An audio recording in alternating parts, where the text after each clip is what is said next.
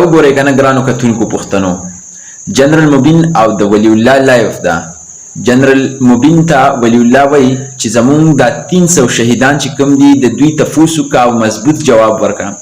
خو جنرال مبین ورته وایي چې زه در سره په دې حق کې نه یم. دا یې واورئ ها. 300 کسان په خوله دي، 300 افغانان وجري باید تاسو خو په سوق جواب ورکړئ او پوښتنه ترې وکړئ.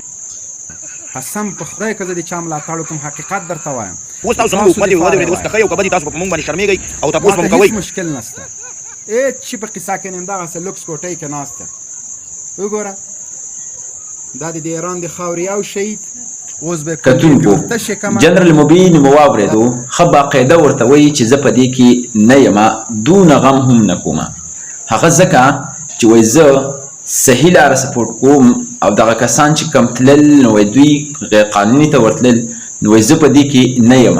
د دې مثال یې د دغه دوو چینکونو سره ورکړی ترماسونو سره. په دغې هکله خپله رایې د جنرال مبین په حوالې سره منشن کوي. داسې ویل درست دي او که نه د خپل ملک د عوامو متعلق.